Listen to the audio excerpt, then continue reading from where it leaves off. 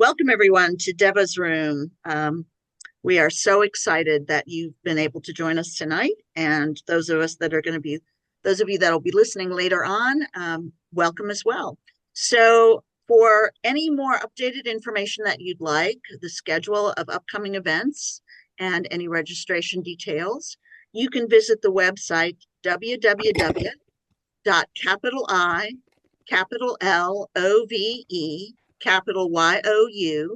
I love you, hyphen capital L EAD capital ON lead on.com /Devva, DEVVA. Past episodes, there's a playlist, and there is a shortened web link here, bit.ly capital D EVVAS, capital ROOM, capital PLAYLIST.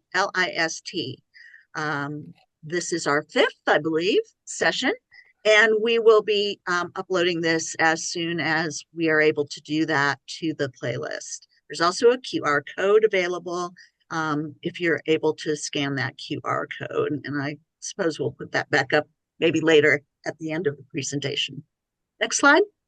So next month on Devva's Room, because we know you're going to want to come back, Wednesday, October the 8th at 7 p.m. Eastern Time, Marcy Roth will be speaking about people with disabilities and disaster relief. And oh dear, I should have practiced this. Nirmala Rebels will be talking. Arabelis. Thank you, Susan. Disability and race. It takes a village. Next slide. If you are having any difficulties for accessibility or for any kind of help, anytime accessing the event or want to request a voice option during the presentation, you can shoot an email to us at capital L EAD capital ON at capital I capital L OVE capital YOU hyphen capital LEAD capital ON.com. And all of this is in the chat. We just wanted to spend a few minutes talking a little bit about Zoom etiquette and access for the presentation. So all the Zoom attendees will be muted so that we can make sure that there is support for access and reducing the background noise. But if you need a voice to communicate during the presentation, just email us and we'll arrange a separate voice space just for that. After the presentations end, both of them, we'll open up the mics for conversation, unrecorded, one voice at a time as usual. We'll make sure that we read the chat comments, will be read aloud to provide access. And if you don't want your chat read aloud, you can private message any of the co-hosts, and we'll make sure that that gets communicated. Next slide. ASL is provided for the presentation and will be spotlighted. Auto captions are available and can be viewed on screen or as a transcript. So in the Zoom toolbar, there is a CC option. Hopefully you can find it. And if it is not there, click the three dots for more options and locate it there. The ability to show, hide, or adjust captions is there, as well as the option to view captions as a transcript. Next slide. And this is our video that we'll be showing you in the middle and at the end of our presenters. So I think we are ready to go. Susan, do you want to introduce our first presenter? Yes. Anthony is one of my favorite people. Every time I would go to a Society for Disability Studies conference, he was the highlight of the trip. There would be lots of wonderful things about the conferences, but if it wasn't for Anthony, sometimes I think I would leave disappointed, because whenever we had a break, he would regale us with stories. He had more stories than I could count. And he knows more about music and disability than anybody I've ever spoken to. He's got a long history in the disability movement. One of the things that he is quite well known for having been at the 504 demonstrations and taking photographs there. He's taught disability studies. He's lectured. He's man of all trades. He's a Renaissance man in more ways than one. Um, Tonight, music is going to be the topic. There's so many things he could talk about, but there's only one Anthony that can talk about music. So when it came to doing this, music had to be the topic that he talked about. And want to talk about how you're going to do that, Anthony. We're all yours. Gosh, Susan, that's quite a lead in. Hi everybody. Uh, yeah, I want to talk about kind of my personal journey, discovering just the disability aspects of music.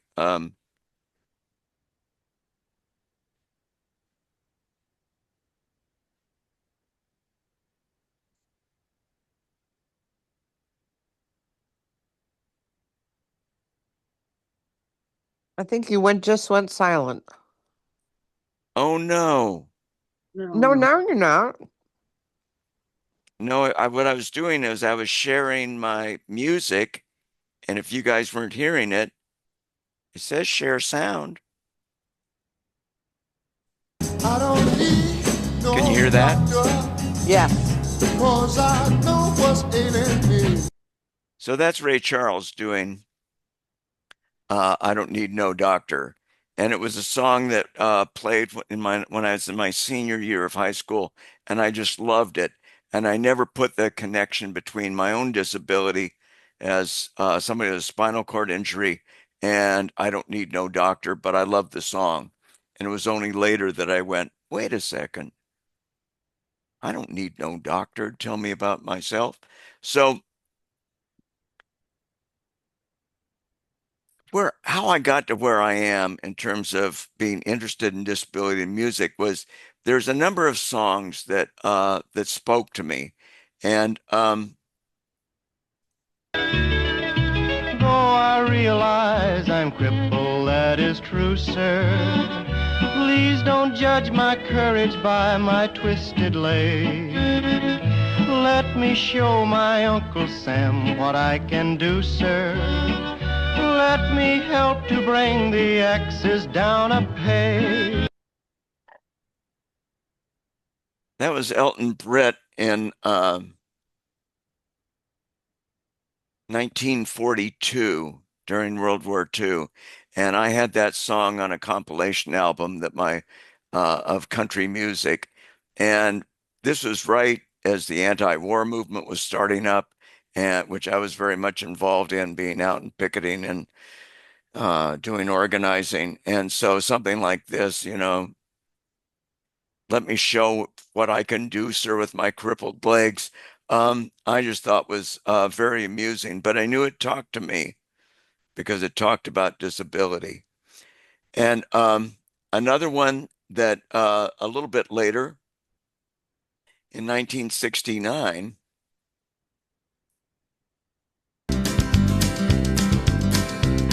It's hard to love a man whose legs have been paralyzed.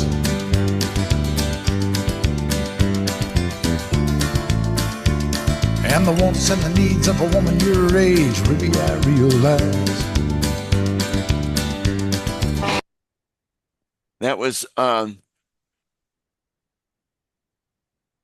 Kenny Rogers in 1969.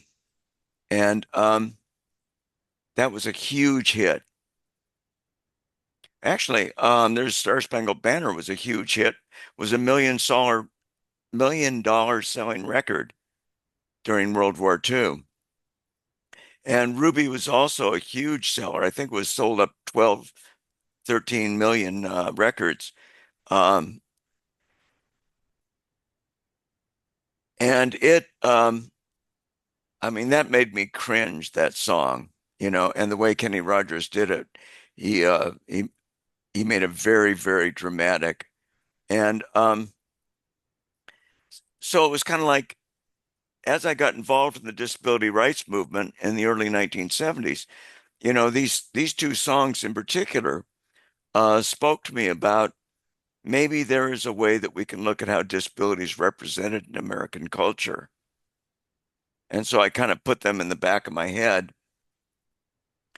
And what happened was I started going to SDS finally. I was able to had enough money to be able to do that in the 80s. And there's a dance every Saturday night at SDS. And the first one that I went to, they really played kind of the playbook of the classic rock and roll songs. And I was like, wait, there's a lot of disability music out there that you guys could be playing. As it turns out, there wasn't as much that would work for dance, but there was a lot of disability music. So I started collecting it and actually started to get really involved in it and figuring out, okay,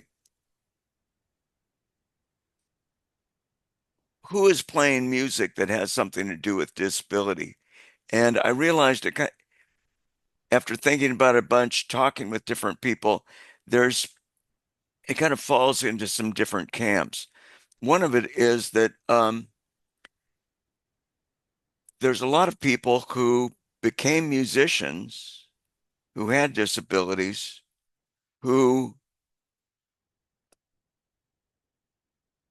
would have done something else if it wasn't for their disability. One of the ones that really stands out for me is one of my favorite musicians, and that's Doc Watson. And I've got a little taste of him.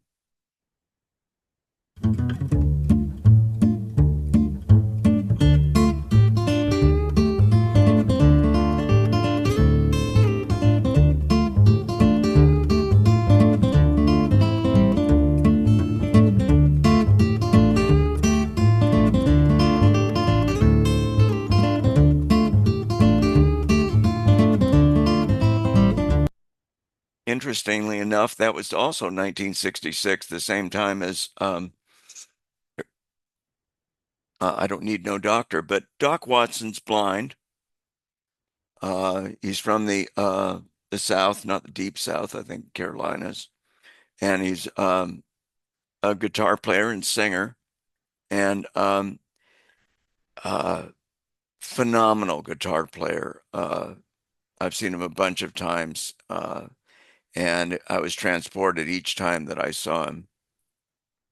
But he said in an interview with Terry Gross that if he hadn't have been blind, he would have been an engineer.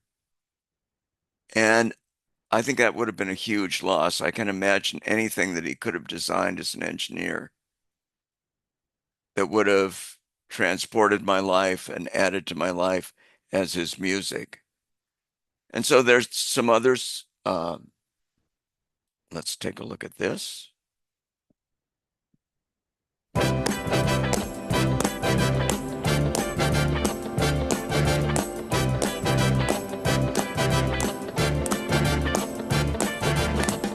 It's not unusual to be loved by anyone.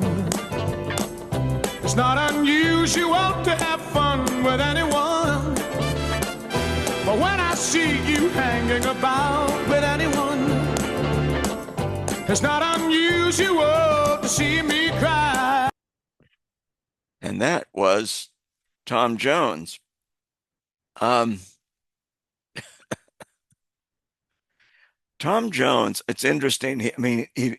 He's this very vibrant guy, good-looking guy, sexy guy on stage.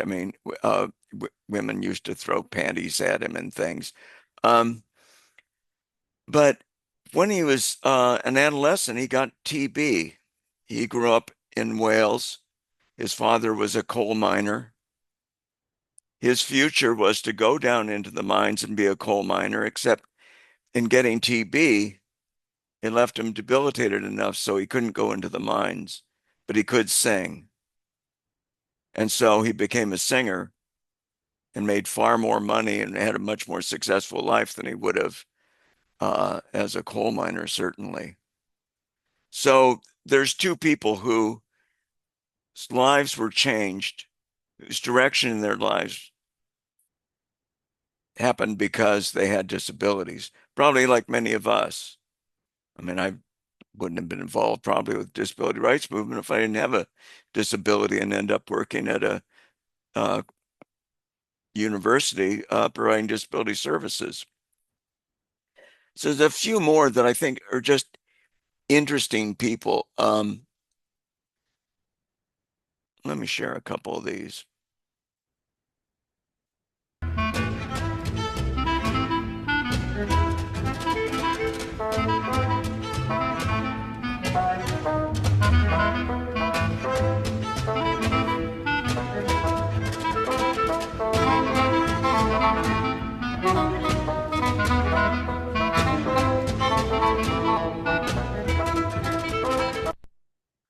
That was a guy who called himself Moondog.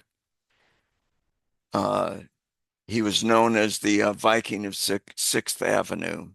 And in New York City, he would dress up as a stereotypical Viking with the metal helmet with the horns coming off of it, a spear.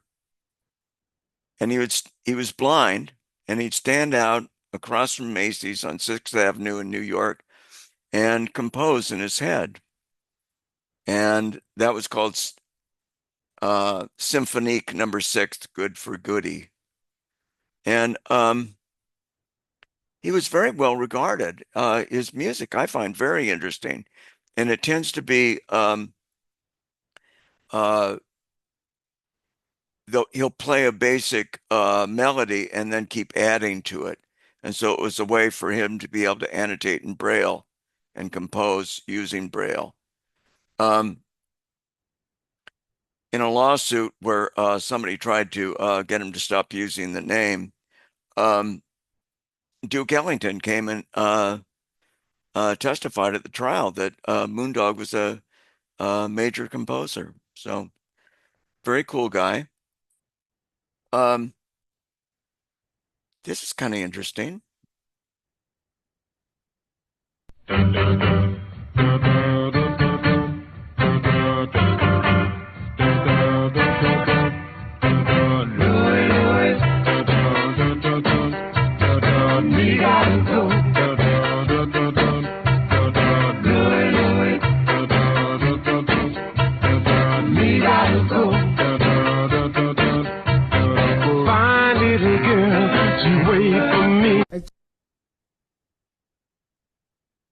That, believe it or not, is the original Louie Louie. It was written by, Richard Berry in 1955.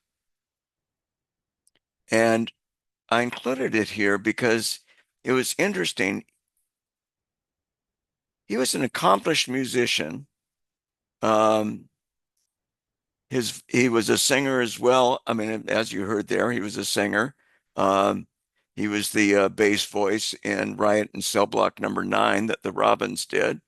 Fairly well-known rock and roll song.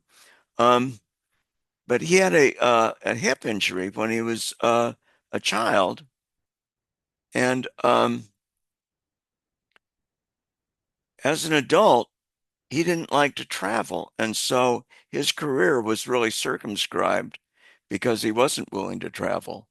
And I discovered in putting together this presentation that Wikipedia is people have been putting a lot of work into it, and it's much better than it was 5 years ago even. And one of the things is that Richard Berry, they always talk about him as having polio, and it turns out that it was a hip injury, and that was in Wikipedia. And that he learned to play music when he attended a summer camp for crippled children and and they taught him the ukulele. So the ukulele is the start of Louie Louie, that famous song. There's other musicians. The Carter family. I think I should talk about this. This is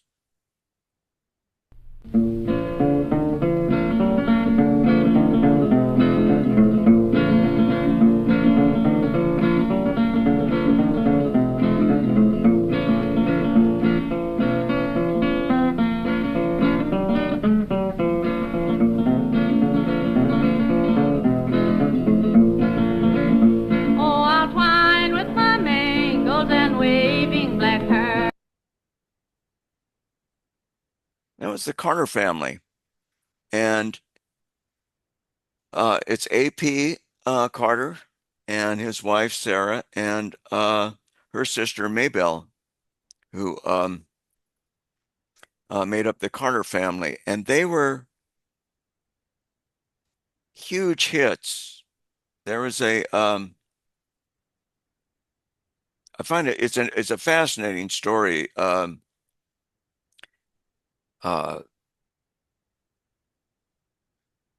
A music producer came into the South, into Tennessee, and recorded a number of people, and among them was the Carter family. And in doing those recordings, the record companies discovered that there was a huge market for country music. And so the Carter family became huge hits for decades. I mean, they became the first family in country music. And A.P. Carter had, it's described as a tremor, and that he left school because kids used to make fun of him. So he became an itinerant salesman, selling plants actually throughout in the South. And in doing so, he collected songs as he went. And also he met Sarah and eventually married her. And so he wouldn't have been collecting those songs if it wasn't, who knows where he would have been if he hadn't been made fun of because of his disability. So there's another twist on how a disability can lead somebody somewhere. So the person who did the recordings was Ralph Peer, and it was in Bristol, Tennessee in 1927. And where it is, here it is. Here's another recording from that time.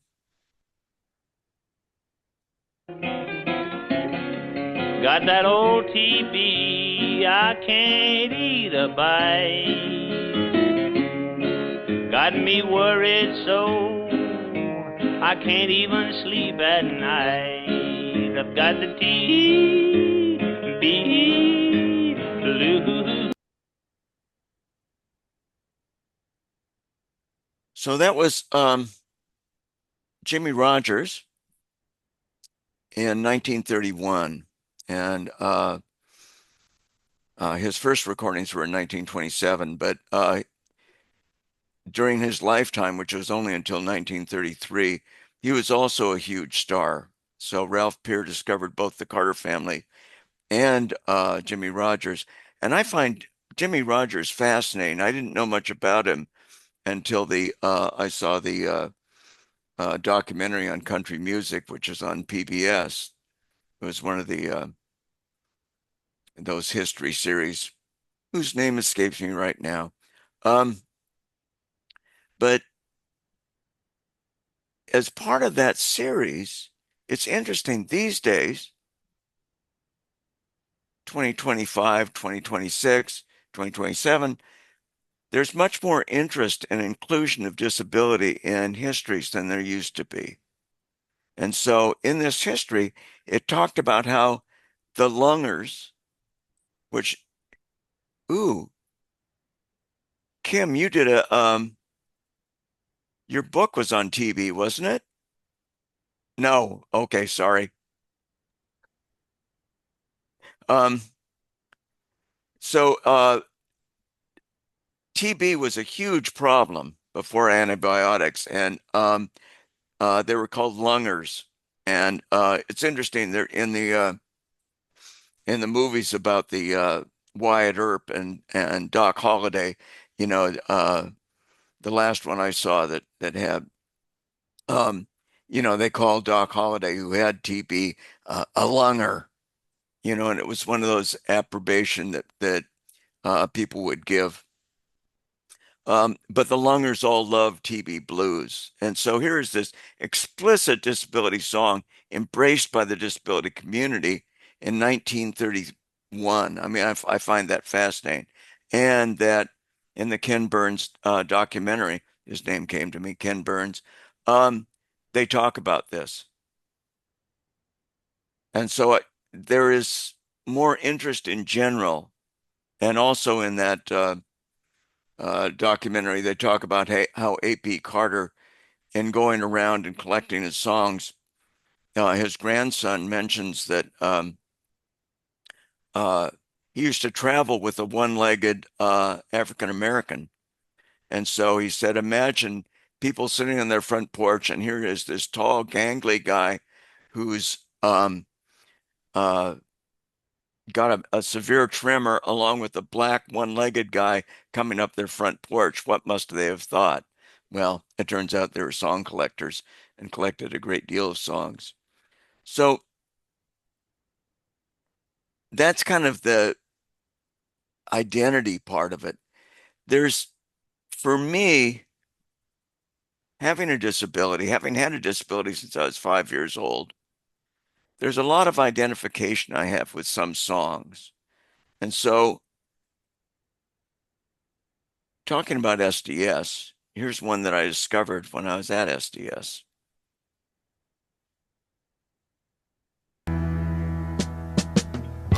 Took my body to the doctor. He said, man, you won't live through the night. Took my body back to mama. She said, Jesus gonna make it all right. That was Jesus Gonna Make It All Right by Brownie and Sonny.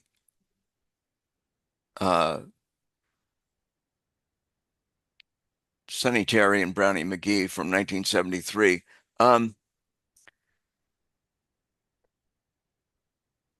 I was at the SDS. It would have been 2015, because it was the anniversary of the ADA, 25th anniversary of the ADA.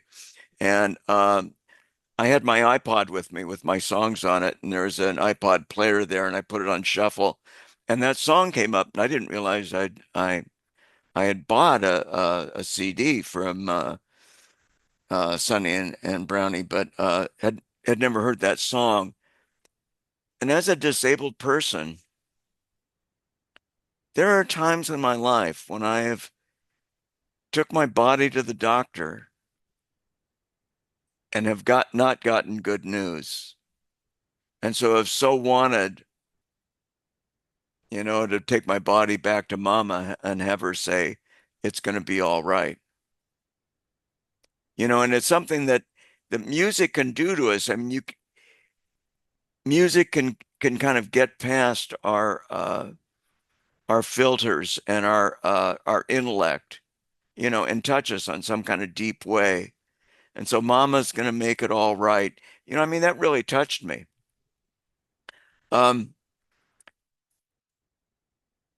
Another one that, so there's others that represent disability and not so much, that emotional component to me. Actually, let me, there's one more I want to talk to about that has the emotional component. Summertime and the living is easy. Catfish are jumping and the cotton is high. Your daddy's rich and your mama's good looking. Now, I'm going to assume that everybody has heard that song. That's Summertime, and it was written by George Gershwin, and the lyrics were by DuBose Hayward. I'm going to talk more about DuBose in a minute. And that was done by Doc and Merle Watson. We're back to Doc Watson in 2002. But there's something about Summertime, and this is a little bit more of a leap than I think that Jesus is going to make it all right.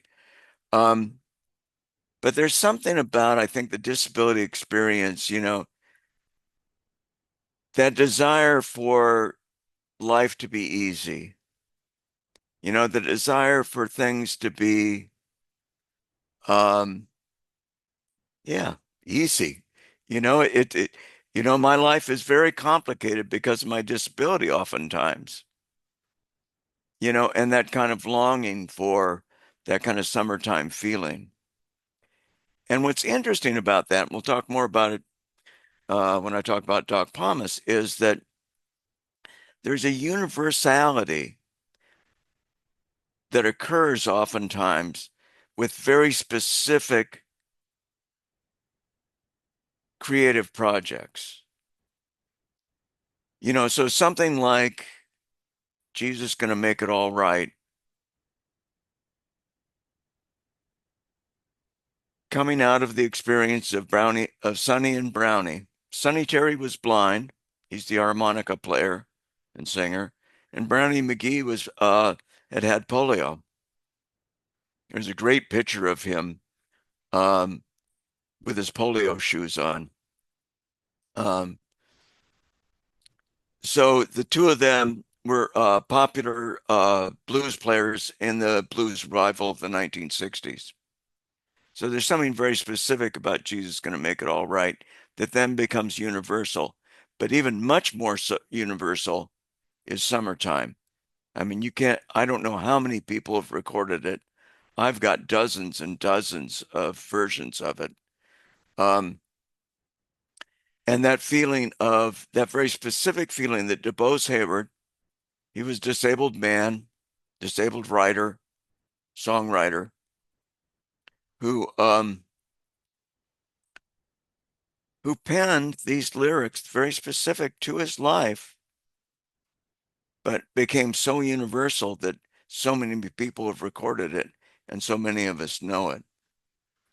So, all right, let's go a little bit to the mundane now, and more of kind of how disability is sometimes represented.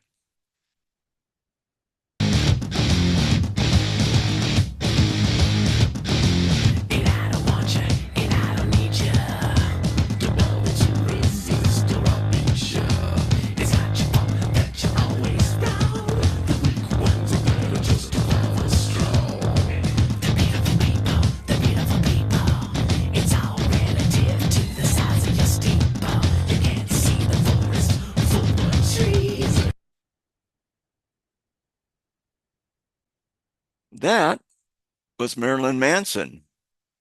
Marilyn Manson's is one of the group of creatives who had a disability in his adolescence, and he was in the hospital often. And that disability experience gave them a sense of what the other was and made him feel like an outsider. Another one is Frank Zappa. He spent a lot of time in the hospital also when he was an adolescent, and he said it made him feel like an anthropologist. And so a lot of his work is informed by that being outside of mainstream society. And boy, if anybody's outside of mainstream society, it's Marilyn Manson. Brian Hugh Warner, Beautiful People was from 1996. And if you ever, the video for Beautiful People, I believe that when he's singing about beautiful people, he's really putting them down. Well, obviously he is, you know, from an outsider's perspective. But the video uses a lot of imagery of disability, of orthotic equipment, braces, crutches, all of that kind of stuff. And I understand that Marilyn Manson collected that stuff. So let's see, where should we go next? Well, let's make sure we don't run out of time with this. So definitely DuBose Hayward.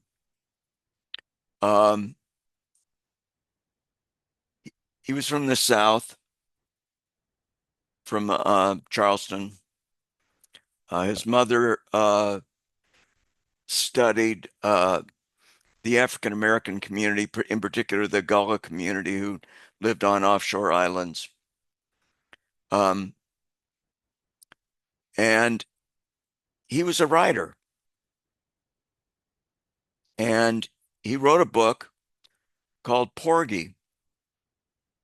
And it was inspired actually by a little short story he read in the newspaper about an African American disabled beggar who resisted being arrested for assault, I believe it was. But there was something about the story that really inspired DuBose Hayward. And so he wrote this book, Porgy, about a black disabled beggar who got around on a pushboard. And that's the old style. I mean, if you didn't have a wheelchair, you used a pushboard, and it's a piece of plywood that had wheels on it. You'd push yourself around the ground. So in this story, Porgy would catch a ride every morning from somebody who lived in his community. It was called Catfish Row, and go into town, and he would be on a street corner in downtown and beg, and would make enough money so that he could feed himself and pay his meager rent. Well, the guy who gave him a ride was not available for a while, and so Porgy found an old goat, put together a goat cart, and used that goat cart for mobility, and that was able to take him into the downtown. Goat carts were fairly common, as it turns out, from what I've seen in the teens and 20s. And if you read the book Porgy, the novel, inspired by this beggar, when Porgy puts together this goat cart, suddenly he has mobility that he did not have before. And it only could have been written by a disabled person who understood that change that a good piece of adaptive equipment can make in one's life.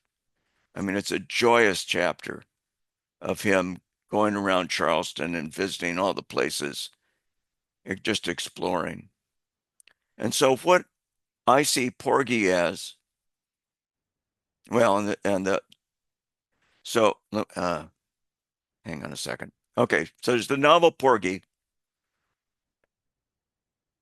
Porgy also ends up with Bess, a woman who is suffering from cocaine addiction, who gets clean when she's with Porgy. And through a series of events, Porgy goes to jail. Bess goes back to cocaine and leaves for New York City. And Porgy is left with his old miserable self, totally unhappy. That's the novel. It was then turned into a play. DuBose Hayward, with his wife, wrote the play. And George Gerwin read the novel Porgy. Porgy was a fairly popular novel, and it was considered to be one of the first novels that presented African Americans in a non-stereotypical light. It's in the 20s. Gershwin loved the novel, and it took him a number of years to write the opera, the music to Porgy and Bess. And his brother Ira wrote much of the lyrics, but also DuBose Hayward wrote a lot of the lyrics as well. And it's become this American classic. And I believe, and I had an argument with somebody who had her PhD thesis was on the music of Porgy and Bess.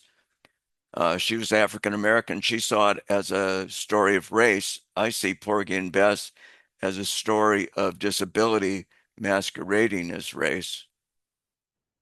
So I don't know if we'll ever resolve that issues, but there's also a play that was never mounted that set in a rehab hospital. So I believe that DuBose Hayward was working out his own images around masculinity and his own self as around being a man and what a man should be through Porgy and Bess, through the novel, and through the plays that he wrote. And so he's one of those people that his disability has kind of been eclipsed, and it's really sad in that there's been a number of revivals of Porgy, and each time the first play of Porgy and also the movie, it shows Porgy using a pushboard, but each revival since, Porgy has become less and less limited until the latest one that was on Broadway. Bess doesn't love him until he gets full leg braces and can stand, I mean, it's complete bull. I mean, it just drives me crazy, that he has to become more and more able-bodied, in today when we're actually, celebrating disability more. So it's one of those stories that I think really needs to be told. So the next one I want to get to is, here it is. And my little girl, when you say I do, well, I feel so sad and blue, and it's all because of you. I could cry, I could cry, I could cry. Oh, I could die, I could die, somebody, 'cause I live on lonely avenue. We were having some trouble earlier I was having trouble sharing the sound. And now Michelle, the interpreter, has I can tell that she is signing the music when it's playing, so I know that everything's working well, which is nice. Another one of those curb cuts. That was Ray Charles singing Lonely Avenue. And that was from 1956. It was a song that was written by Doc Pomus. So once again, we've got Ray Charles blind. And Doc Pomus grew up in Brooklyn. He got polio. He used crutches in his the arc of his mobility devices kind of match mine. He used crutches, until a certain age. Then he switched to a wheelchair, and I'm sure he would have gone to a power wheelchair if he had lived to when power wheelchairs got useful. But Doc Pomus had had polio. I really should have written down when he was born, but he was writing in the 50s, actually. In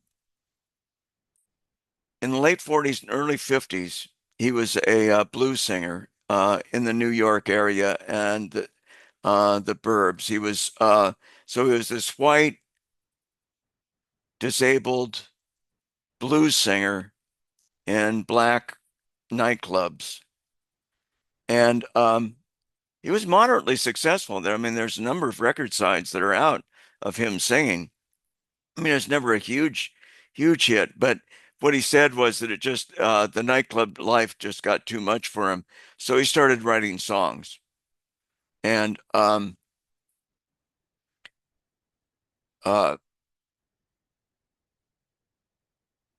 became quite successful. I mean, if you look at the songs that he has written, I mean, there's a huge number of them. I mean, it's really surprising. And so the reason really that he's on this list. You can dance every dance with the guy who gives you the eye, let him hold you tight. You can smile every smile for the man who held your hand neath the pale moonlight. But don't forget who's taking you home and in whose arms you're gonna be. So darling, say the last dance for me. That was Benny King with the Drifters, and that was a huge hit. almost as big as Ruby, Don't Take Your Love to Town. I don't know. It sold in the 10, 12 millions. And also it's got a huge number of radio plays back when they counted radio plays. This is pre-Spotify. Doc Pomus, there's two stories about how that song got written. One is that on his wedding day, he saw his wife dancing, his new bride, and so wrote the song. The other story, which I believe and comes from him, which is he was going through a closet and came across one of the wedding invitations and so started taking notes. I mean, he wrote thousands of songs, and so I'm sure he was always looking for inspiration and always taking notes for songs. And so he took notes for Save the Last Dance for Me. And he did the music with Mort Schumann. It was Pomus and Schumann did most of the songs for, that Doc Pomus is well known for. So, I mean, it's a fascinating song in terms of disability. You'll dance every dance with any guy who'll give you the eye. But don't forget in whose arms you're going to be. Save the last dance for me. This is the song came out in 1960. So here's a guy, a disabled guy in the 50s in the United States who had enough self-confidence to be able to disclose his vulnerabilities, as a disabled man.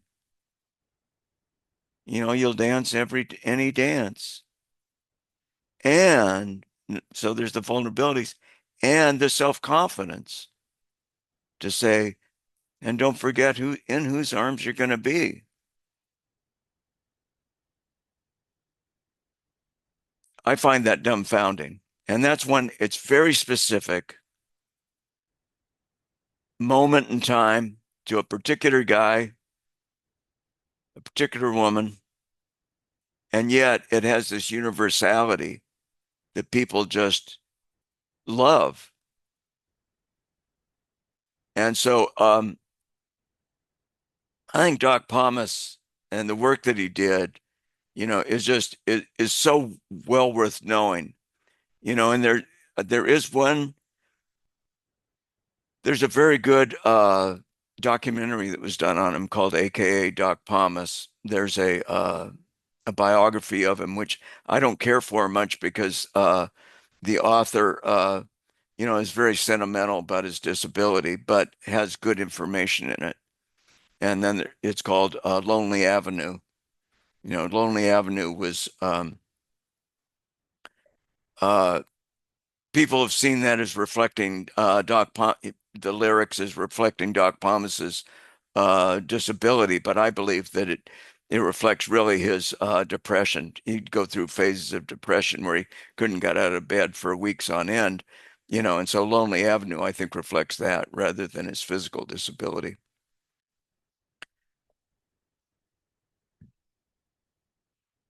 One more. I think we can fit in Ian Dury. Now we've got to fit in Ian Dury.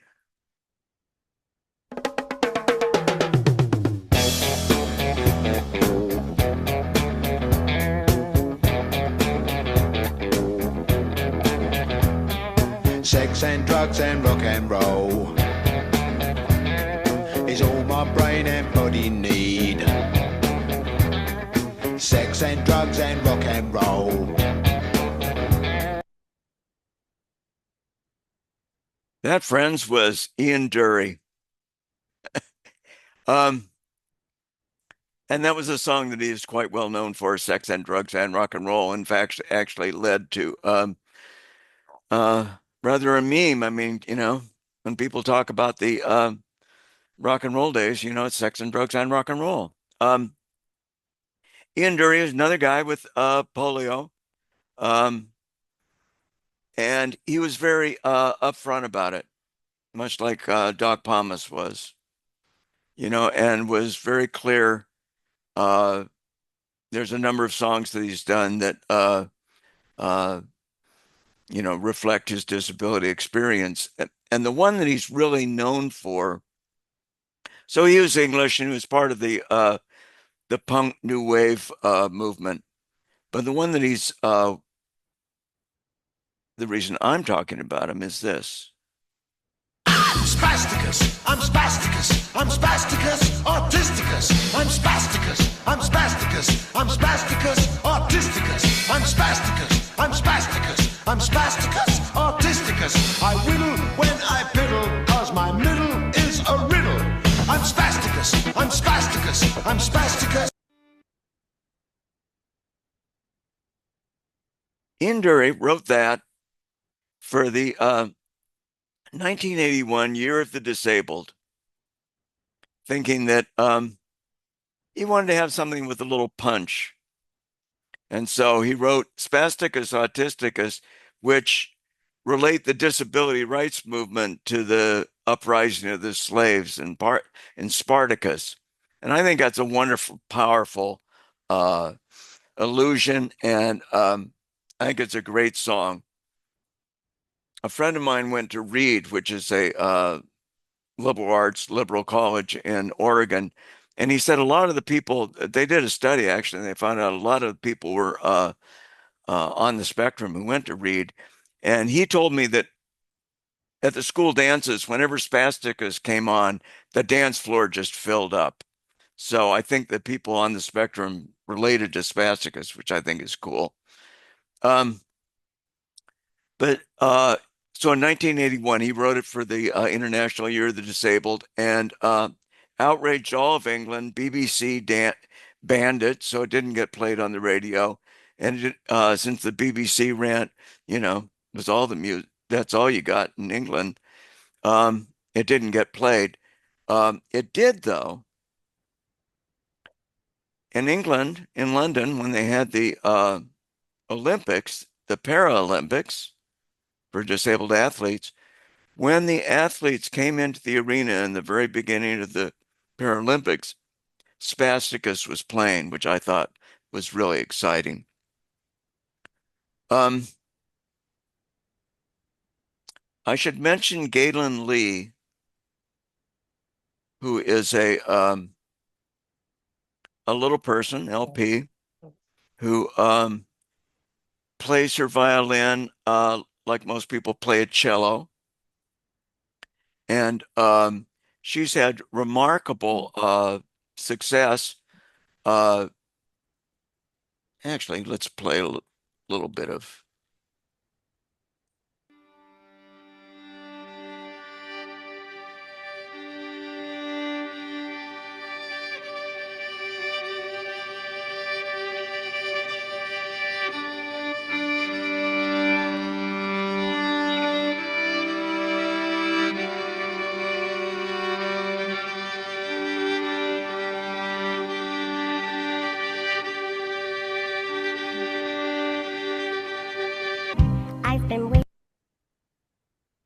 And so that was Galen Lee.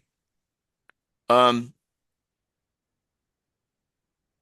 mean, she's a remarkable musician.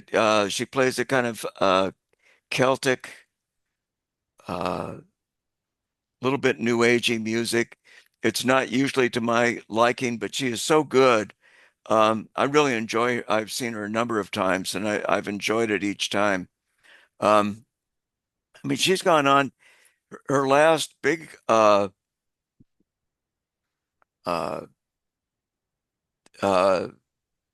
was she did the music for Macbeth on Broadway with a major star whose name just escaped me. And it was, I don't know how many performances they had, but to be to write the music for a Broadway show, that's a big deal. And so Galen Lee is amazing disability performer these days, and she was very instrumental in forming Ramped, which is recording artists and Music Professionals with Disabilities. It was founded in 2021. And so since the time that I've been starting to look at this seriously in the 90s, now we've got professional organizations and, disability is seen generally, it's not as hidden as it used to be. I mean, you look at Selena Gomez, and her kidney transplant and how that doesn't seem to have been hidden.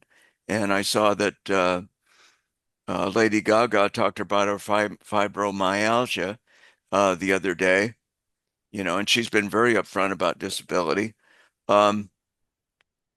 My guess is somebody said, in the industry said that somebody like Ray Charles, who is blind, probably couldn't get recorded these days.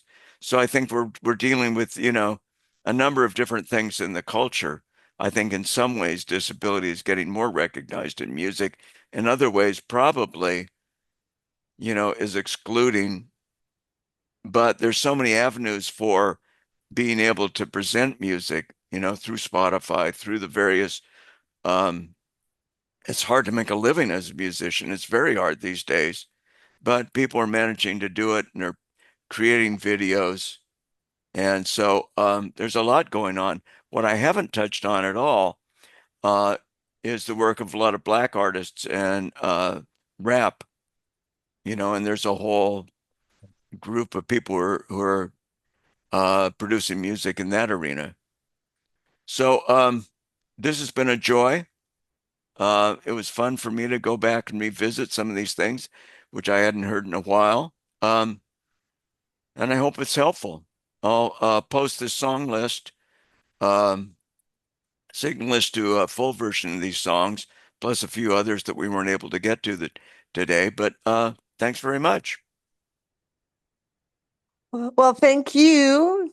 As usual, you've given another vision of disability from a different perspective, and disability pride should be something we all hold dear, and you just prove it. We need to open up to see if anybody's got any questions. Moment, I'm trying to figure out how to do that.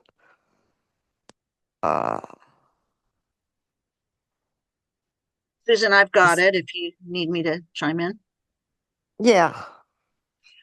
Well, Ashton was asking, and you answered the question already. I see that. Yeah, good. Yeah. So, and I've been taking notes. I love music, and I've really learned a lot from your speech tonight. So, thank you so much. Yes, this has been great. Cool. I don't know that there's any other questions. A list of all the songs. That's pretty much it. If there's no questions. We've got some comments though. We've got some thank yous. And then somebody's wanting to connect with you. So if you have an email, I can put that in the chat for you. Sure. Here, I can put it in there. And I've got a website that is seriously out of date. It's aboutdisability.com. But definitely explore it, because even if it's out of date, it's a wonderful website. Well, thanks. And the fascinating thing is the photos that I took in 1977 of the 504 Senate in San Francisco have in the last 2 years become enormously popular. It's fascinating to me how much interest there is. So you can see some of them there too. Well, we're going to have you back next year to talk about those. Oh, okay. Yes, please. Cool. So I guess we're heading into Kim Nielsen. Yeah. And way cool. So thanks. It's nice to share a screen with you, Kim. And sorry Lovely to hear to see that you, Morgan Anthony. stole your charger. Yeah. Some of you probably came in later and didn't see. My kid's been here the last week. They left Sunday, and I just realized took my laptop charger. So I think we'll all cross our fingers that I have enough charge. But my phone is right here next to me, ready if I need to sign in that way. So if I disappear. Sharon, did we want to show the video, the Ashton's video? I think we're going to take a 5-minute break before Kim takes the stage, and we're going to share with you just a little bit of an intro before Kim about the DHACC and I Love You Lead On. So we'll take about a 5-minute bio break and be back in a moment. Welcome back to everybody. We've either lost a couple of people or as a couple of people to come back. Not sure which. And in the event that you don't know, Devva's Room is part of the Disability History and Culture Collective. It's a organization of people who, after the death of Judy Heumann, wanted to carry on her legacy and her wish that someday there would be a disability rights museum. And as part of that project, we created Devva's Room because Devva Kasnitz died in January. She was she was one of the people who started the Society for Disability Studies. I've never actually heard anybody say she's the mother of disability studies, but I thought of that the other day, and I think that's a perfectly appropriate title for her because I think that fits. And she was head of the Society for Disability Studies for, I think, 35 years. I was the co-administrator with her for 20 of those years. So I missed her dearly and wanted to do something in honor of her life and legacy. And one of the things that she always wanted was to have a place where everybody that was interested in disability studies could get together, not just the higher level academics, but everybody. And so that's what this is, or hopes to be, a place where you can learn about disability studies and not be overwhelmed by jargon and ideas that maybe are unfamiliar to you, and hopefully enjoy yourself and have a good time. And now we're going to hear from Ashton. Why am I blanking at his last name? Our friend Ashton, we've got a quick video from him. Everyone, thank you so much for coming to Devva's Room. Devva's Room is a virtual space open to all, seeking to bring anyone interested in disability studies together in conversation and in solidarity. Devva's Room is inspired by the life and legacy of Devva Kasnitz and her outstanding contributions to the field of disability studies. Devva's Room is volunteer-led by members of the Disability History and Culture Collective and the I Love You Lead On community. In a 2023 reflection, Devva wrote of her determination to be more comfortable in study and advocacy and to blend them together to create a diaspora of disability studies best ideas. By holding regular events led by prominent and emerging voices in disability studies, we hope to honor this mission. Devva believed in a fully inclusive world that respected everyone's communication strategies. Inclusive and accessible technology can be costly. You can help support technology expenses for Devva's Room, which will allow us to grow and expand. If you have the resources to contribute to the development and sustainability of Devva's Room, please consider donating by scanning the QR code on your screen or by visiting the link in the chat, donorbox.org/Devva-S-room. Thank you so much for showing up and learning together with us. And now we have Kim, who is with the University of Toledo and is most well known, at least to me, for her book on the history of disability in the United States. I've read many parts of it many times, and every time my brain gets further enhanced. So I love that the book exists.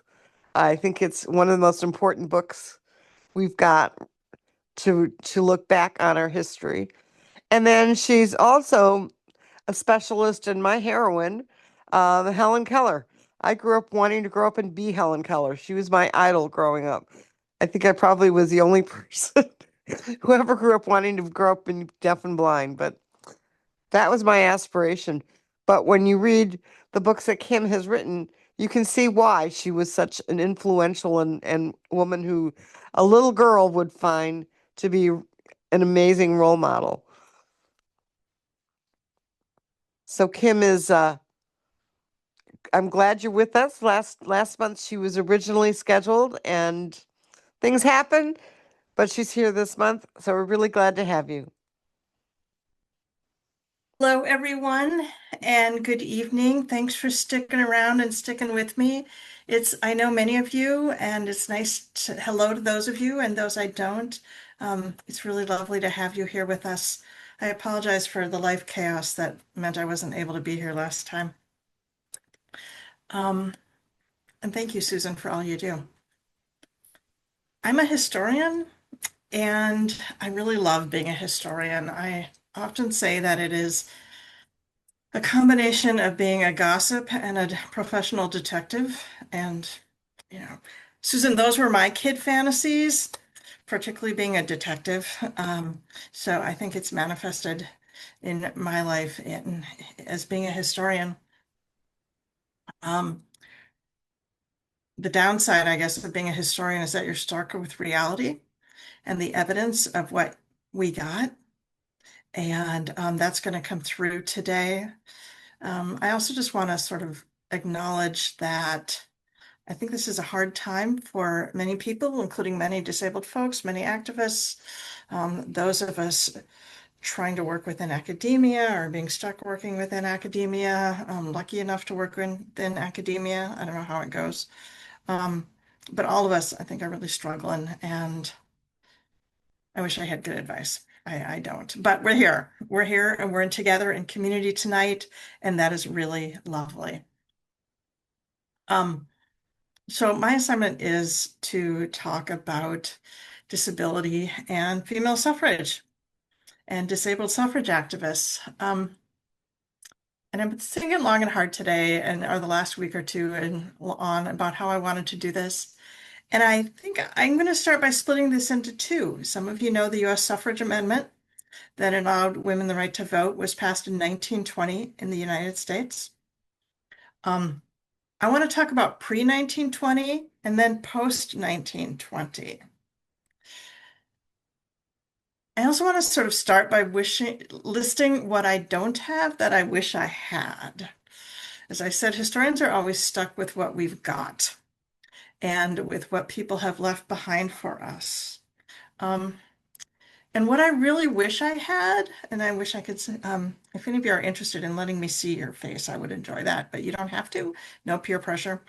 What I really wish I had was like a big box from a group called, hey Mallory, I wish I had a big box from a group called like Crip Crusaders for Women's Suffrage, and they kept records and pictures and diary entries, but I don't have any of those things. There was no such group.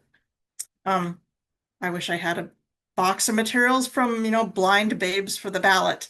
I don't have any Blind Babes for the Ballot materials. Those things didn't exist, and I really wish I did. So we're stuck with what we've got as historians. And that's it. That's what we've got.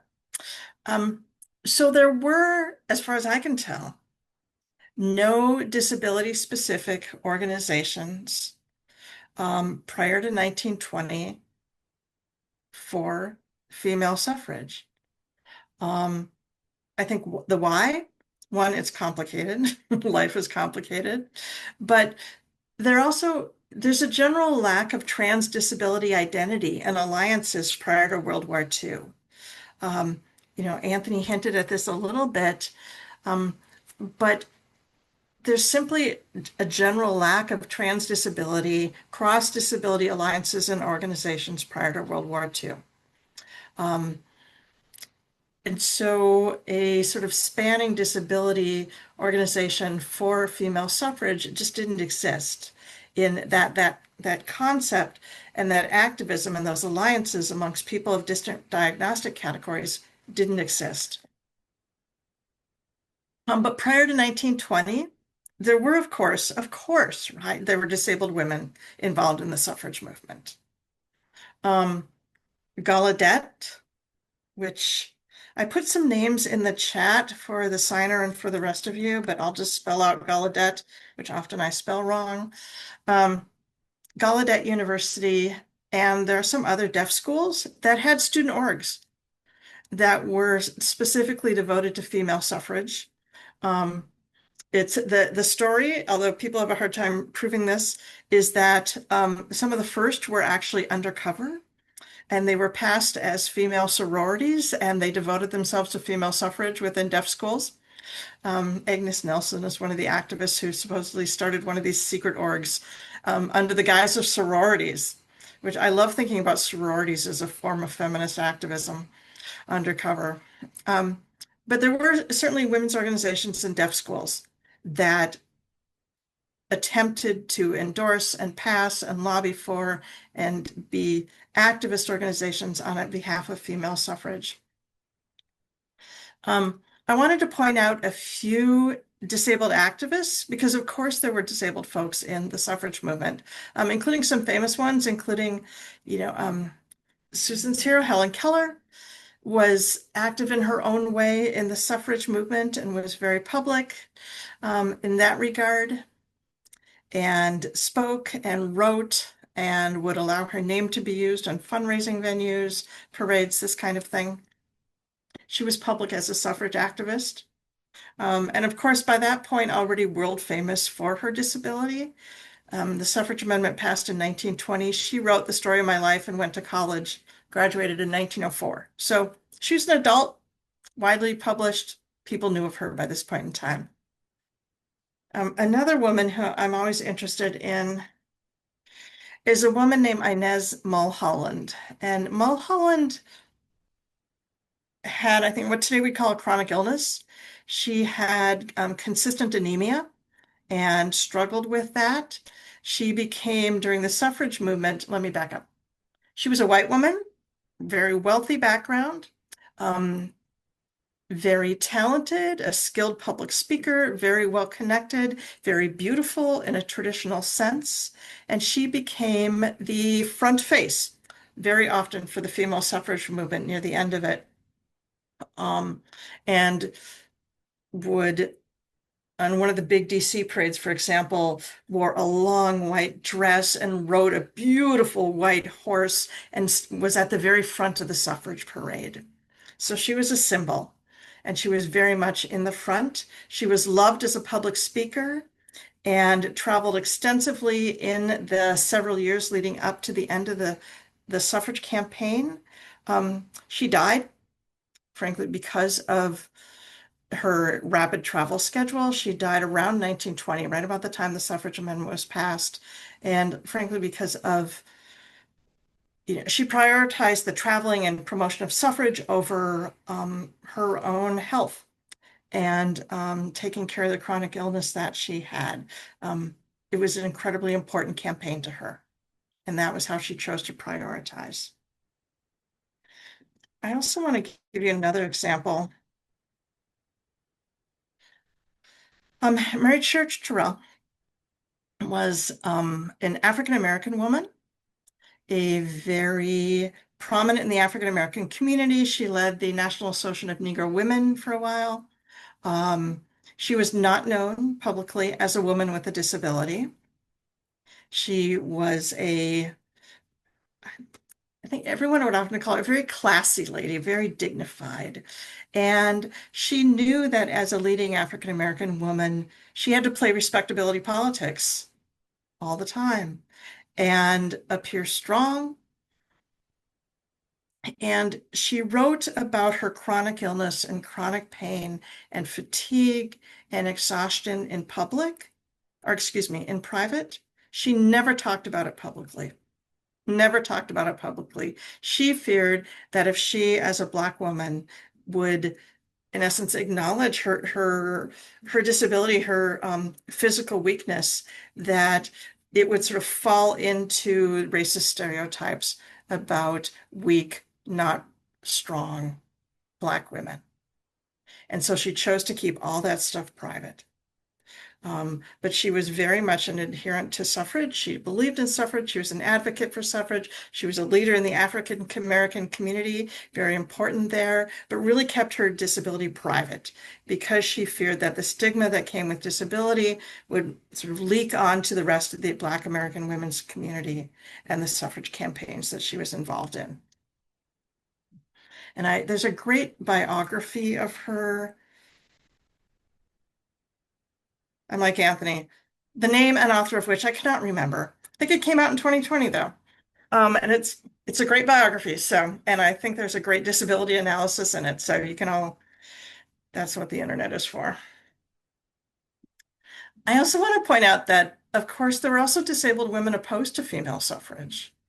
There was a really active, well-organized, well-funded group of women and some men opposed to female suffrage. And I think we can safely assume, of course, that disabled women are across the ideological spectrum. And some of them simply oppose female suffrage.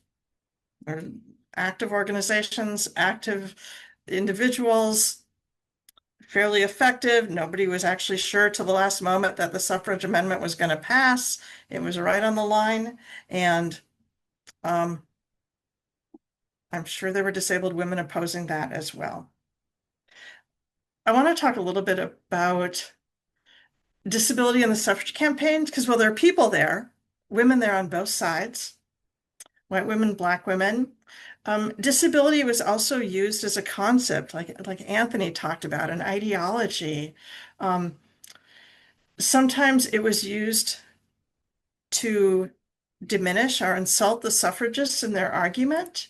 For example, there's an anti-suffrage cartoon that was widely distributed that saw a woman looking really miserable, a white woman looking very weak and distraught at the very top of a bunch of steps. Her children are down at the bottom. They've clearly been left alone. They're dirty, they're hungry, they're misbehaving. One of them is playing with matches. And they, up this ladder, you see a woman leaving love, she leaves marriage, she leaves children, and this is what's written on all the steps. She goes to professional triumph. She then goes to flattery, to suffrage, then to strife, anxiety, loneliness, and insanity. So they're using disability to disparage the suffragists and say, look, this is how they'll end up. Weak, deformed, their children playing with matches. They'll be ugly, they'll be lonely, they'll be anxious, and they might even be insane. So disability is used to insult the suffragists. The suffragists themselves also tried to use disability. That is, particularly white elite women would say, look at us, we're wonderful. We deserve the vote. We can be mothers, doctors, teachers, factory hands, whatever, and we don't have the vote. And they would use in cartoons often pictures of convicts, pictures of drunkards, and then pictures of what they called lunatics, and pictures of whom they called the, quote, unfit for service. So basically men with physical disabilities. And they say, look, these men get to vote, and we don't get to vote. So they're using ableism to really disparage, in this case, lunatic men, the men unfit for service, the drunkards, but these respectable women didn't get to vote. They're saying even those disabled men got to vote, we don't get to. So both sides use disability as strategy to talk about suffrage and to make an argument on their behalf. Okay, so we've got disabled women adhering to suffrage, pushing for it. We've got disabled women presumably against it, both sides using disability in their campaigns.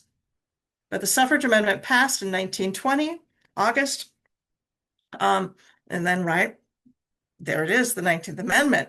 Supposedly all women can vote. But of course, it's not the end of the story, because in most parts of the country, Black women are kept from voting, even after 1920. So the story's not over yet.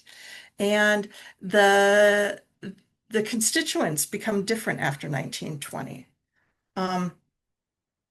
in that it's largely at that point Black women who lead the vote, who lead the efforts to Black men and Black women who lead the efforts to expand who can actually vote, who's getting to vote, who's not being beaten up when they go to the polls, who's not being asked to pay extra tax monies.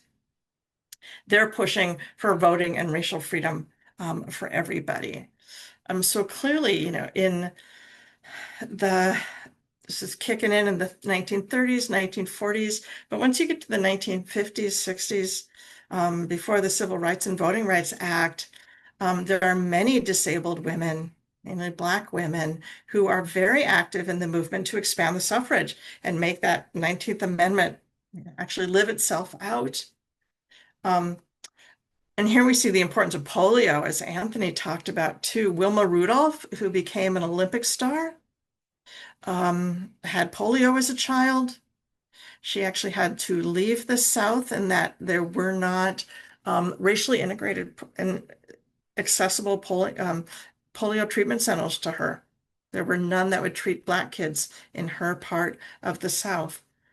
She ended up moving to the North and living with an aunt as a teenager and received rehabilitation treatment for the weakness in her legs and feet, and she eventually became a runner in the Olympics.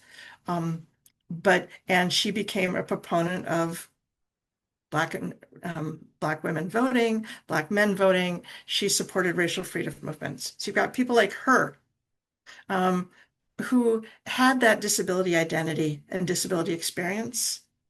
Then, of course, Fannie Lou Hamer, who had been a sharecropper. Her entire family were sharecroppers, registered to vote, and were kicked off of their land, lost their ways of making a living. She also had polio as a child and walked with a significant limp, and worked in the fields with a significant limp as a polio survivor.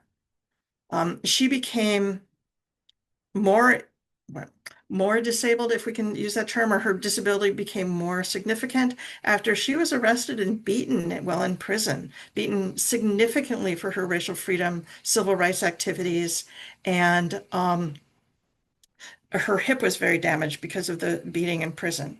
So in addition to walking with a limp and polio, she had the rest of her life a significant hip impairment because of the beating in prison that led to her activism. But Black women particularly are very vital in leading these efforts post-1920 as we go forward in the suffrage movement.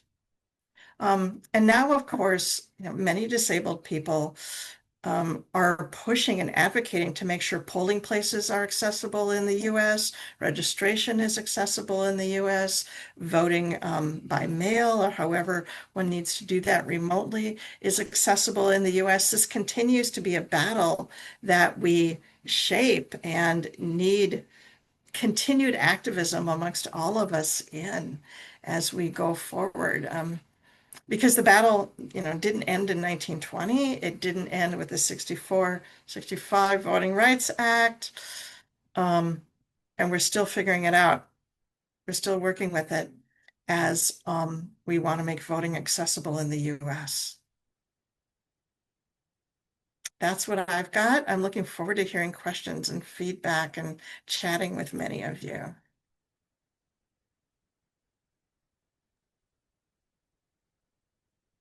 So if you want to join in, you can either raise your hand or we're going to try to figure out how to unmute everybody so you can just jump in.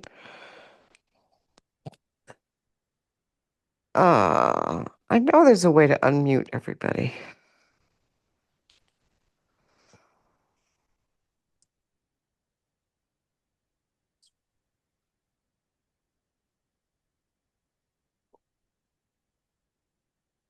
Well, for the moment, you can put your questions in the chat, and then I can read them out loud while I'm trying to make sense of how to do this.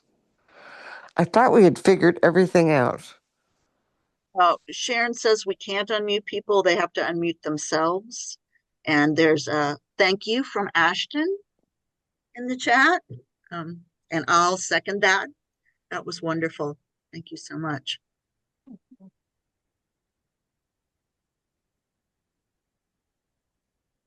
Well, maybe it's under audio settings. You know, I didn't talk about this because this is not specifically female suffrage, but I haven't. Anyway, I have a new article coming out which talks about ableism in state constitutions. And I don't know if you know, but a lot of state constitutions were written and banned disabled people from voting. The Ohio Constitution still bans many disabled people from voting. So anyway, I think that'll be the next battle. I'll ask the question of how we find that article. I will, I can, it doesn't exist yet. I mean, Yes. it exists on paper, but they're working to publish it. It'll be in the Rutledge Handbook of Rutledge Disability History Handbook or something like that. Laurel Dane is in it, I think, who was also here recently.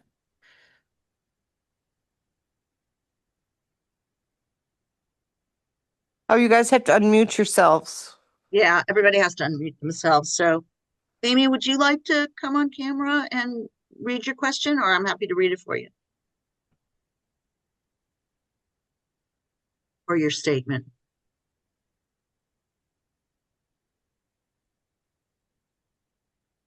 Oh, she's not camera ready. That's fine. Amy said that Amy posted, my son, who is autistic, voted for the first time last year in the presidential election. Good for him, and good for you. Yeah, one of the things I really worry about is when we're talking about people have to go to the polls and fill out paper ballots, what that's going to mean for accessible machines. Yeah. And I think we should worry about it. We should bring it up ahead of time and often and loudly. Yeah. I had one person challenge me on the necessity. Well, you could just get somebody to help you vote. And I said, you know, part of the right to vote is also the right to vote privately. And that you shouldn't have to need assistance in order to vote. Yeah. All the work that's been done to make things accessible, no matter what your documented disability is what's at stake, because they're still saying, well, you know, for the most disabled people, you could vote from home, but that's not the same thing. Jumping through hoops to ascertain your right is not the same thing.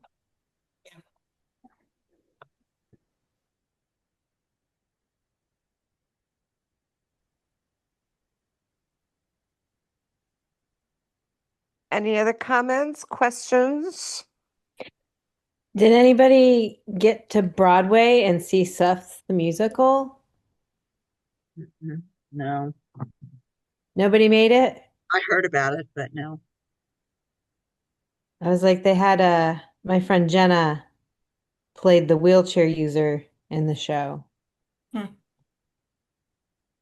So it was pretty cool. Is it still on Broadway or is it done? No, it's done running.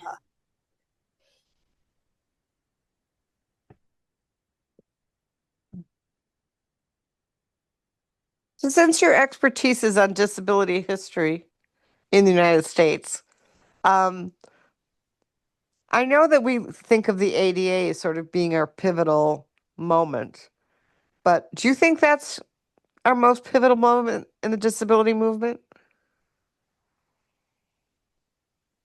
That's a good question.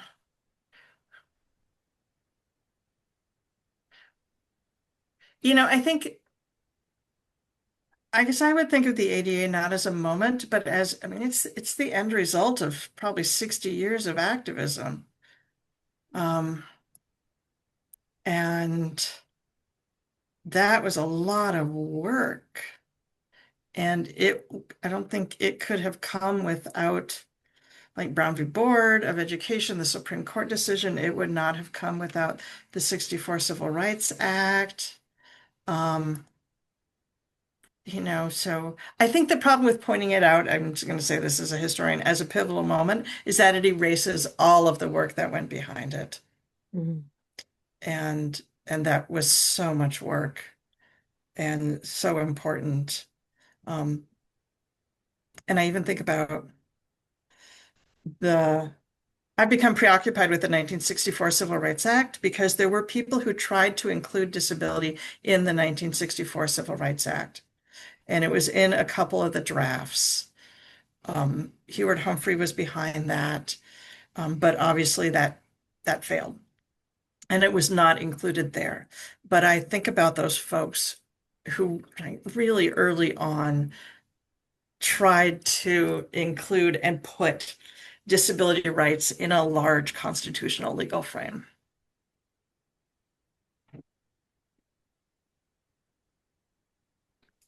I was going to take this out, but I'm going to ask now. Related to that, what do you think about its how we frame the ADA, in that it often is presented as though it's done.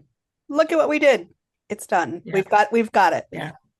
Do you have anything to? Yeah. It's definitely not done. Right. Right. It does seem, though, the way that it's often presented, not by you, but in mainstream conversation. Yeah. And you know, I think a lot about how to do that while celebrating what has been done, also giving the right attention to what we always must continue working. And maybe the way to, you know, is to remind people, right? We not only have the ADA right now, we have the ADA, the ADA Adjustment Act of 2008, which basically reinforced a bunch of the stuff that was taken away between 1990 and 2008. Because I think when we only talk about the ADA, we just assume, right, it's happened and then it stayed and everything has been great since then. But if we recognize the Adjustment Act, that's like, oh yeah, we had it all, and then almost all of it was taken away, and they had to reinforce it in Congress. And we may keep having to go back to this and back to this every, gosh, I hope not, but you know, every 20 years.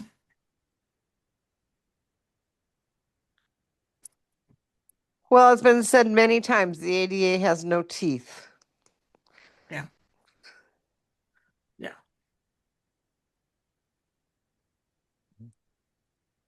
I've always been amazed at how many books have been written about how to work around the ADA. Yeah. Yeah, I was in a bead store the other day and didn't have a ramp into it, so I huffed it on my crutches. And I asked them, I was like, you know, you could put a ramp in, and they're like, well, we're grandfathered in. We don't have to. And it's like, you know, that's a choice now. Oh, you should tell them immediately that's actually absolutely not true. There's no such thing as being grandfathered under the ADA. That's a horrible misconception that's been repeated for 35 years. There's no grandfathering. Yeah, but private businesses. Doesn't matter what kind of business. Stop giving them your money. If they're opening it up to the public, it's got to be ADA compliant. I guess I should start taking down the businesses throughout Charlotte for funsies. Yeah, one at a time. One at a time. I gotta find myself a lawyer first. Yeah. Kim, this is Alice. I have a question in terms of Hi, Alice. Teaching disability history to kids, any kids. That how do we work towards getting that information into the schools so that teachers are not afraid to teach it? I know Sharon's doing a lot of work in writing lesson plans for teachers to use, but I know there are some states that are starting to mandate it, and I don't think my state of Tennessee is one yet. So how would you suggest getting that motion going, and then finding the right people that would adopt that in their school system so that the kids can learn about it? Yeah. I think this is a hard moment. I mean, every state should require this in their K through 12 education. Yes. And I don't know, a fourth, a third have it already written in. And there's a lot of good curriculum out there. And I'm so glad that some of you are working on more curriculum. We need that. I think that in this political context, when many people are interpreting many people are interpreting anti-DEI legislation as you can't say the word disability, you can't say the word race, you can't say, talk about sexuality, gender, that you're going to have a hard time getting that through, particularly on a state level. It may be that school boards would be a far more, depending on your school board, it's going to depend on your geography. But school boards may be a more effective place to try and put this through right now, individual school boards. Like it wouldn't pass in my state right now. But I think there'd be individual school boards, particularly when you've got good curriculum already. I think teachers are interested in it, very much so. Students are really interested, in my opinion. So there's interest there, but you've got to get some political will. I hate to be discouraging. I'm sorry. I think a lot of it starts with one teacher. I mean, because every single year when my son was going through school, the teacher would come and ask me to talk about Teddy's disability. And so I would come first week of school and come and talk about it. And then I would ask her if I could come back and if I could. And I don't think anybody ever said no. So I started off with talking about Teddy, that you needed to understand that he had a disability. And then the next time I came back, I talked about more of disability as a culture and sort of what was easy for kids to understand. Yeah. I can never get into real depth, but at least I think most of them ended up not thinking disability was a dirty word. Yeah. And I think that's really important. And you're going to find teachers who want to do that and will do it. I also think you're going to find teachers who are terrified they're going to lose their job. Yeah, I'm really sorry I'm being pessimistic right now, but try, but also know that some of them are going to fear they'd lose their job if they do this.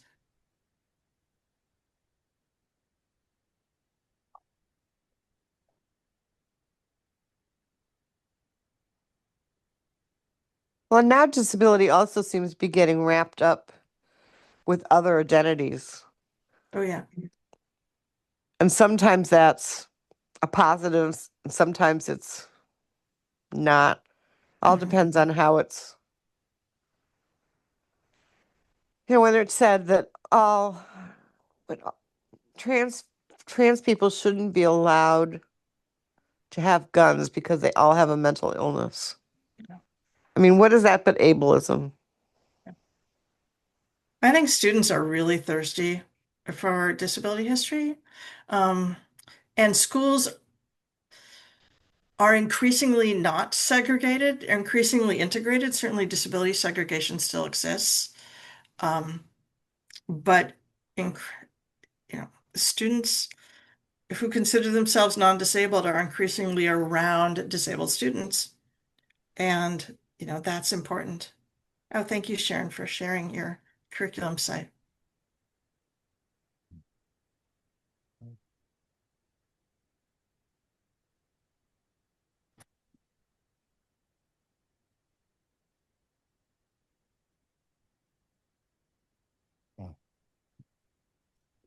Have we got other questions?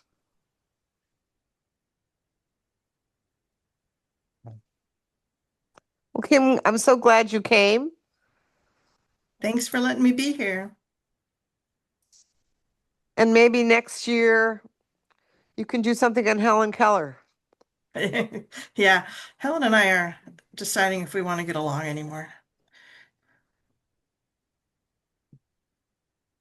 But yes. What happened?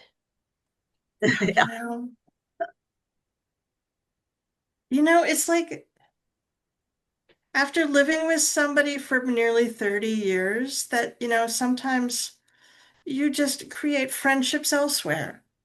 And, it's not necessarily an antagonist relationship, but you just go on to other relationships. And we haven't dumped each other, Mallory. It's just, a thing. We're talking to other people. You just need some space. Some space. Yeah, we just need some space. And I know you were heavily involved in the PBS documentary that was created accessibly. That was phenomenal. Yes. It was good, wasn't it? And that needs to come back around again, I think. Yeah. But I appreciate the work that all of you do.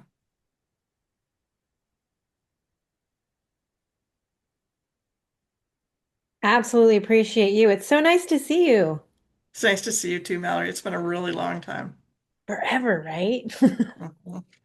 Never thought about how much I would not see everybody again after the last big conference. Yeah. Been rough. Conference was that, Mallory? Gosh. When was the last big one at the hotel? That 2016? 2020. I think no, it couldn't have been 20. Yeah, it was way before COVID. It was more of the 2016, I want to say. Excuse my cat. She's meowing and talking to all of you. And was that the Society for Disability Studies conference? Yeah, the Society for Disability Studies conference. When they were really juicy. I'm sorry, I missed that. Yeah, it was like an era. It happened while I was around SDS. I went from being at just Temple University to suddenly big hotel, giant SDSs that were really cool. Miss those. SDS conferences were the only places that I actually felt that I 100% belonged. I love being in places where everybody's assumed disabled first. Yeah, it's a loss. It's a huge loss.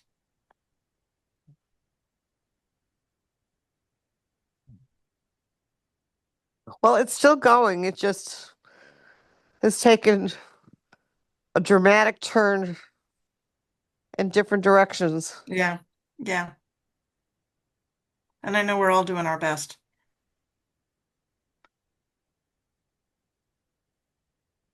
I could do better. I don't know what my best is anymore. Well, one of the things that we actually had planned to do is have the two presentations and then essentially have an SDS dance. Mm-hmm. So if people want to hang out and just talk about either what the presentations or current events or SDS or Devva or anything's game. I've decided that the second week of the month is the coolest week of the month because Devva's room is on the second of the month, and I host my Crip Space event on the second of the month. Ooh. Second week of the month. And also the local Independent Living Center hosts a online presentation the second week of the month as well. So it's like very disability Zoom heavy kind of month. You put your information in the chat about Sure. your events. That'd be great. Well, I picked Wednesdays because nobody reads their email on the weekend. Monday morning, you're overwhelmed with email, so you don't actually get to read it maybe until Tuesday. So that means getting to something on Monday or Tuesday is difficult. So I figured Wednesday is the first day people actually get to their email and remind it. And yeah, I was like, Crip Space is an in-person event, so unless some people want to come down to Charlotte and hang out. I do, but I can't. Ooh, but I'd love to. I'm thinking about it because I also want to see your arc. Yeah, my little organization of Crip Space. I got stickers. I should get mailing addresses and send out stickers to people. And Raleigh also has the an arts group, and they've got an exhibit going on right now until the 19th, but I can't get to it between now and then. Oh, really? Raleigh, Some do art you have the info for that? Umbrella. Yeah, it was an art group that I follow. I was like, I was like, put that in the chat if you have. I will. I'm access going to that. Oh, awesome. What was I looking for? Oh, so there's how am I getting it? I was like, it's on my phone, not on my computer, I think, unless I can find it. There is an awesome play that's going to open in Louisville, Kentucky. It's called, let me see if I can find it. Reagan. Michelle, I think you can go. Thank you for being here. Thank you, Michelle. We've stopped You're the welcome. recording. You're welcome. Thank you. Have a great night. I did.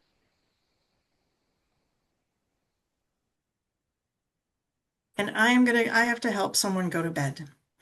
It's called FDR's Very Happy Hour. Oh.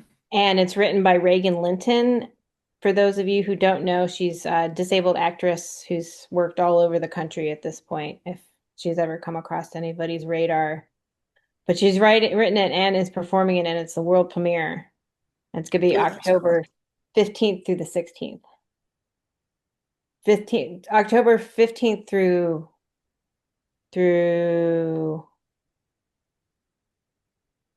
the 26th in Louisville, Kentucky. Let me see if I can get this information. What's the name of the play again? FDR's Very Happy Hour. I love the title. So thank you for being here, Kim. Yeah, it's lovely to be here, and thanks for all your work, everybody. I have to go put somebody to bed. So, and the have next a good night. One more plug for next month with Marcy Roth and, oh, help me, Susan, Nirmala Aravelis. Aravelis. Good. Good. So we'll be here every month. Come on back. And any updated information, for sure. You can find it here on www.iloveyou-leadon.com/Devva and the playlist bit.ly/Devva's Room playlist.